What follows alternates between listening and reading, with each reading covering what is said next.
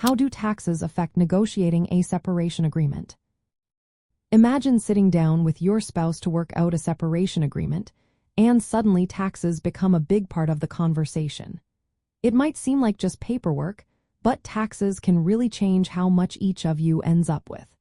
When you negotiate a separation agreement, understanding how taxes work helps make sure both sides get a fair deal after taxes are paid.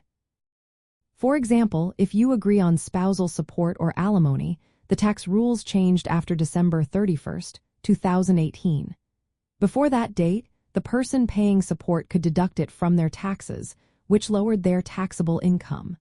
The person receiving support had to pay taxes on it.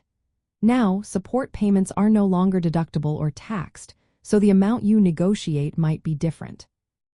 This means you need to think about how support payments affect your overall finances. Child support payments are a bit simpler. They are always tax neutral, so the payer cannot deduct them, and the recipient does not report them as income. But the tricky part is who claims the children for tax credits. The agreement should clearly state which parent claims the children each year. This helps avoid confusion or disputes with the tax authorities later on. When it comes to dividing property, most transfers between spouses are not taxed at the moment of transfer.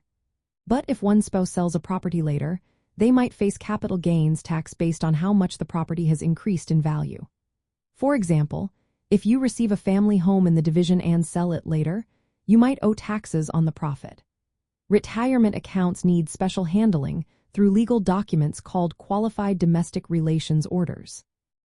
Without these, the receiving spouse could face taxes and penalties when they withdraw money. Severance or settlement payments from employment can also have tax implications. If you receive a lump sum or deferred compensation, how it is classified affects how much tax you pay. Payments labeled as wages are taxed differently than those for emotional distress or legal fees. In negotiations, it helps to calculate the after-tax value of support and property transfers. This way, both of you understand what you are truly gaining or losing.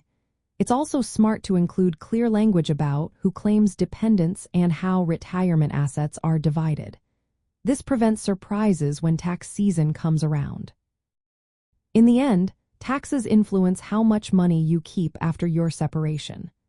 Family law professionals often consider these tax effects to help you create an agreement that is fair and minimizes future tax surprises.